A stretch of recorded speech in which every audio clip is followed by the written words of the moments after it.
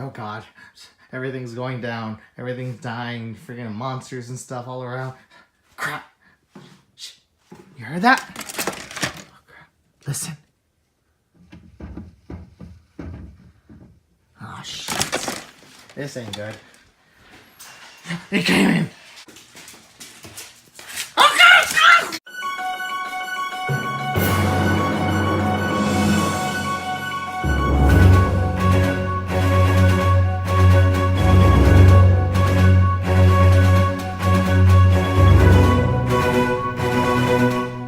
Welcome back to another Ernie's Blu-ray review. We're going to be talking about the Cloverfield Trilogy, and before we really get into it, please hit that subscribe button, help out the channel on, I'll much appreciate it. Anyway, so let's get right to it. So it's Throwback Thursday, so we're going to go back to 2008, I believe, and we're going to talk about the first Cloverfield movie, and we're going to get into the other ones as well and talk about how they connect, because as a Marvel fan, I love how things connect in all the Halloween movies, Friday the 13th. I love how everything's all into one universe, so that's what we're going to talk about here today. So Cloverfield came back in 2000, and it's your typical monster movie.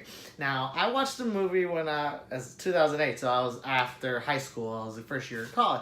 And I really don't remember it. I remember watching it at home with my family and my sister, brother-in-law, and all that. And it didn't catch my attention. It was the first movie, I think, well, not the first, because Blair Witch Project and all that, but one of those movies that had a handheld camera, and oh my god, you see, and you have that one person talking about TJ Miller's in this movie. And I was like, oh wow, he's the handheld? See, crazy how a career starts in Hollywood. He was just a background noise of a guy holding a camera, and now look at him with all his DUI issues and great comedy shows. But anyway, so Cloverfield, basically, oh, by the way, there's going to be spoilers like crazy in this movie because I'm going to talk about how they connect, so it's going to spoil a lot of great items. So, like I said, monster movie, the ocean gets disturbed by an oil rig and it crashes down to the ocean and wakes up this monster in the ocean. We're going to call it the Cloverfield monster because honestly, that's what everyone calls it. We don't know what it's called anyway. And basically, that's the monster waking up. But in the beginning, it's basically about a group of friends, family, all having a good time. And all of a sudden, you hear explosions. The freaking Statue of Liberty has get ripped off and thrown into the streets of New York. And the military comes in, and it's just mayhem all over the place. And honestly, that's a typical monster movie. Now, what makes it so good, honestly, is the fact of the character development. That you actually care about the characters. You care about TJ Miller, the cameraman. You care about the brothers' relationship. You care about all the girls. And the whole point of this movie is the main brother, is what I'm going to call him because I remember his name, whatever. He's trying to get in the city to get the woman of his life. Which, by the way, in the beginning, she shows up at a party with another man. The guy's leaving to Japan, but still, do you really need to show up to his goodbye party with another man? And not the best idea. I think that would piss anyone off. And she had to leave the party early. And if she didn't leave that party early, this movie would have never happened, honestly. So then the whole adventure is about them going to save her. This one girl that did something stupid at the beginning. And in the beginning where you see that apparently, fun fact, they recorded this whole event on top of a video he made with having a special weekend with her. So you know they already did it, and they were pretty much falling in love kind of characters. And everything just goes wrong throughout this part. There's, I think, 6 or 5 people throughout this entire movie. Here's a spoiler, first spoiler of the day. Everyone dies, but I think one person, which is one of the brother's girlfriends, not the main guy, but the other brother's girlfriend. I think she's the only one to survive because that's the only person we don't see what happened. Even the cameraman, TJ Miller, as big a star he is now, dies in this damn movie. I think everyone dies, and that's pretty much how a monster movie is. You know, it's an apocalypse kind of thing, and people are going to die, military's going to die. But one thing I love is how they present the monster. That's always a good thing. If anyone saw the new Godzilla, everyone's like, where's Godzilla? And he hides it. I actually like the fact they do not show the monster instantly in the beginning of the movie, because that spoils the whole fun. So I love how they introed it, and you see only the arm, and then you see him in the smoke yelling, and eventually you see this big ass weird looking spider with a freaking thing like a frog's neck extending when it breathed. It was just, for back in 2008, I thought it was pretty darn good.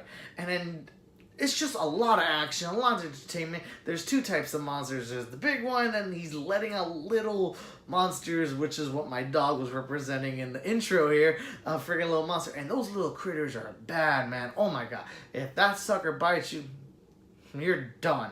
There's a scene in this movie that they say, hey, we got a biter, and then all of a sudden she goes behind a freaking screen like in Dexter, the little Vipro shit, and she explodes. It's like, what the frick just happened, yo? So that's that movie. And one thing that connects this movie is there's a particular scene in here when they're looking out the window and there's a tiny little speck just falling down from the sky into the ocean. That's the only thing you need to remember that will connect the whole trilogy together. Then in 2016, we got 10 Cloverfield Lane.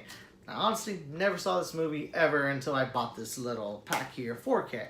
And I watched a YouTube viewer to watch it before I watched it because I'm like, what the hell, is it another monster movie? Because I'm like, yo, if this one's a monster movie, this should be a monster movie, right? Wrong. This is not a monster movie. This is a suspense thriller. The name of this movie originally was called Cellar, and then they changed it to 10 Cloverfield Lane. Why? Well, honestly, when I first saw the movie without doing my research on it, I thought they only called it 10 Cloverfield Lane because the street they live on is Cloverfield Lane, and that's about all that's Cloverfield. Not, spoiler, there is no Cloverfield monster in this movie, but I'm not gonna lie, I love this movie too. It was fun. It was entertaining. This movie has John Goodman, and I don't know the female role's name, but either way, she was phenomenal. Oh, her name Mary Elizabeth Winston. Both actors were phenomenal in this movie, specifically John Goodman. I love him as a comedian, but man, he sold the role of a crazy person that's afraid of the end of the damn world. So in this movie, you find John Goodman, the girl, and another gentleman in the movie trapped in a bunker. John Goodman created this bunker because he prepared for the end of the world and he saved their lives in his mind. She just wakes up after a car crash. And that's all we know about her, and then she wakes up next to John Goodman trying to feed her, and she's chained up to a damn pipe. Honestly, as any woman or any human being, if you wake up yourself and change the pipe, and you got some guy just feeding you random food, you think you're about to get raped, you're about to die, something crazy is about to happen. So this bitch is freaking trying to get the fuck out, obviously. And then he finally tells her, he's like, you can't go out, it's the end of the world, the air has been poisoned, gassed, or something making it intoxicable that it just kills you. I'm like, okay, can you believe this crazy person? And honestly, the way John Goodman presents it, I don't think he's a little loony in his head. But, of course, we gotta find out for her. So this girl finally finds a chance to escape, and she gets up there, and then she automatically sees a car, because she keeps on hearing a car. There's someone outside. There's someone alive. And if you hear a car, obviously someone's driving it, right? Who thinks it could be an alien or some weird shit, right? Alien, right? We'll talk about that later. So then the girl goes in and sees her, and she sees a human, but she's all messed up, bleeding. Her veins are a little blue, like she's been poisoned. And then all of a sudden she's like, "Let me in, let me in." John Goodman saying no, and then the girl wants to let her in, but doesn't. And all of a sudden she's like, bah, bah, on the freaking glass, making herself bleed out even more. Yeah, a couple people. John Goodman was telling the truth. So then the whole movie goes out with them in the cellar, and I don't want to get into all that details, but then they find out some crazy fun facts about what John Goodman told the girl and what the other guy knows. Two different information. Now that you guys need to watch for that little piece, because that's when the movie really gets interesting. But I want to get to the spoiler fact. There's two things you need to catch. So one of the things that will connect the movies eventually by the third movie, Cloverfield Paradox, is the story the second gentleman in the movie says. He talks about before the world went to shit, he saw a bright red flash. Now remember that in this video because we're going to go right back to it.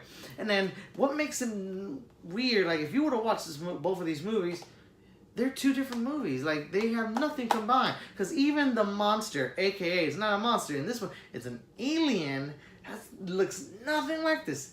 They look a little bit the same. But it's not the Cloverfield monster. It's more of an alien invasion. And the whole world is in war with, apparently John Goodman says, the Russians and the Chinese send nuclear bombs. And it caused the whole world but to go into war. And then the aliens came and did the same crap. So that's a good key fact to remember about this war scene. But anyway, honestly, with all that, it didn't connect, but it was fun. It was entertaining, and you really want this girl to win. And one fun fact about, wow, her name, Mary. Oh my God, she is so smart. It's not like a typical horror movie suspense that you have that one girl that behind this door is the killer / alien slash whatever the hell it is. And you just want to yell at the screen, do not open the damn door. And of course the dumb person opens the damn door, and then, oh my god, what did you expect? You expect that something good would come out and say, hey, happy birthday cake, or happy birthday kind of shit. No, it's a freaking monster. It's a horror movie. You should know. Just one thing I love to remember: Scream. The rules of never die, how to die, never in a horror movie. Never have sex. Never say I'll be right back. All those little. I love that movie because it actually breaks down. If you think of every horror movie, they all follow these rules. Anyway, getting sidetracked on this crap. So that's this movie, right? So are they based on those two facts? You will never know these two movies connect. But both movies are great to watch, especially on 4K. The quality is amazing. The sound is fantastic. If you got surround sound, the monster and the alien scenes are just like ear explosions and shit. It's like, oh my god, it's amazing, you know. So that was those two movies. Now let's get to the Cloverfield Paradox that recently was released by Netflix. If you watched any YouTubers at this moment, everyone trashed this movie. I'm gonna get straight to the point. I'm gonna trash the movie as well. It's not the best of this trilogy, and again, it was not called Cloverfield Paradox before it was made. Had some weird space name, whatever, and then they changed all of a sudden to Cloverfield Paradox. I think J.J. Abrams does that on purpose because he doesn't want people to connect it. Anyway. So, in this particular movie, you have a bunch of scientists, smart people from all around the world on a satellite trying to make a system that creates infinite power, because apparently Earth is having a lot of blackouts. Which, one thing I noticed, all the movies had blackouts, but they all had reasons. This one had a giant monster, so obviously the cables are all messed up, and this one had aliens that destroyed the damn Earth, so obviously they have a reason for the blackouts. This one starts off, everything's fine on Earth, and it's a blackout. They just have random blackouts. So they go up there to make power, and now here's the first way that they connect to the 10 Cloverfield Lane. So when they do these tests in the spaceship to make this nuclear power, it starts off with a bright purplish color, trying to get to that whiteness to make sure it's, what's the word, steady, right? And then all of a sudden, it has a malfunction. And when this malfunction happens, a bright red flash happens. And all of a sudden, it just clears up. And then in this particular movie, after the first bright red flash, it's the Earth is missing. It's no longer there. Before they were able to look out the window, hey, look at Earth. Now, oh shit, where's Earth? So here's how they say it's connected. And I think this is probably why the movie is so terrible. It then talks about an alternate universe, that they went to another world. Because when you pull up when they get to the map, it's upside down and the Earth is on the other side. Meaning it's like, okay, in this universe, the Earth is here, and then in this universe, the Earth is over here. So when they did the little explosion with the power, it went from one Earth to the other.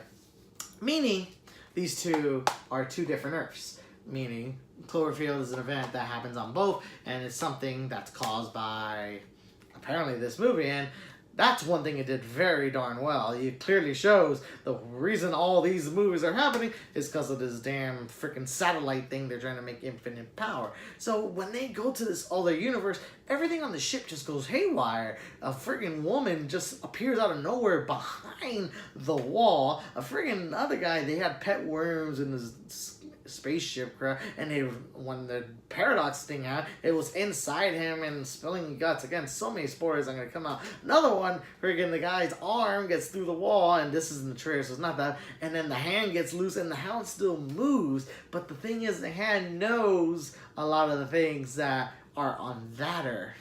And then the one girl that they found in the wall actually makes it very clear to show that this is an alternate universe of the Earth, because everything that happened in the other Earth did not happen on this Earth. So of course that makes some interesting conflicts with particularly one of the main characters in the movie, which I don't want to get into because that's a spoiler. I feel like that's the only reason why I watched it, because I'm curious what happened to her. So the whole point of this movie, they want to get back to their alternate Earth. But here's the problem. When they did that red flash on the other Earth, that caused a problem already, which led to this one. So, and the giant monster woke up. Now, we never see a red flash here, but apparently the oil rig is what caused the problem in this movie. Remember that little dot that I talked about that crashing into the ocean? Fun fact is, eventually on the other movie, they get the whole system works after the whole mayhem on the spaceship, and they get back to their Earth, and then they launch themselves out from the satellite, and then that's what that little speck is actually them landing in the ocean.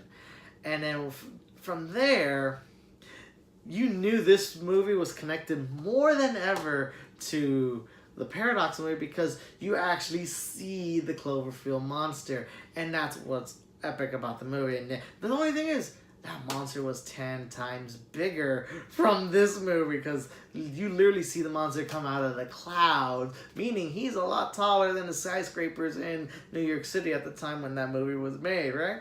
And then what really made it, when they're in the other Earth, they kept on talking about war between Germany, China, and everything. Remember John Goodman's thing? Oh, there's a war and they threw nuclear bombs.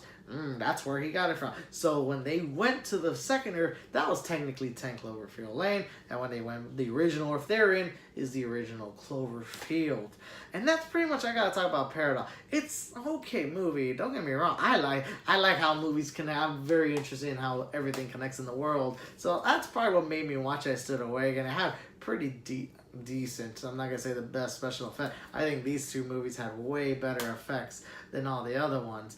But again, that is just my personal opinion. These two movies are for sure watch. I guarantee you should get these. They're worth it, especially on 4K. They're phenomenal. If Cloverfield Paradox ever comes out on a 4K Blu-ray, I probably will buy it because I just got to complete the collection because you never know when these movies don't go out of print and then they're impossible to find. So definitely watch them all if you really want to go there. You now know the background story, how they all connect, so now you can actually understand the movie. So on that note, guys, I'm going to sign off now. Again, please sign up, subscribe to the channel. I really much appreciate all your help. Please leave me comments of what you thought. Did you catch all the links and references between all the Cloverfield movies? And much love again. Thank you guys, and probably see me this weekend. Take a look for Game Night. I'm going to watch that this Saturday on my date night. Funny, game night, date night. So I'm going to review that this weekend as well, and probably another one from my wall of Blu-rays over there. Again, thank you so much, and you guys have a great night.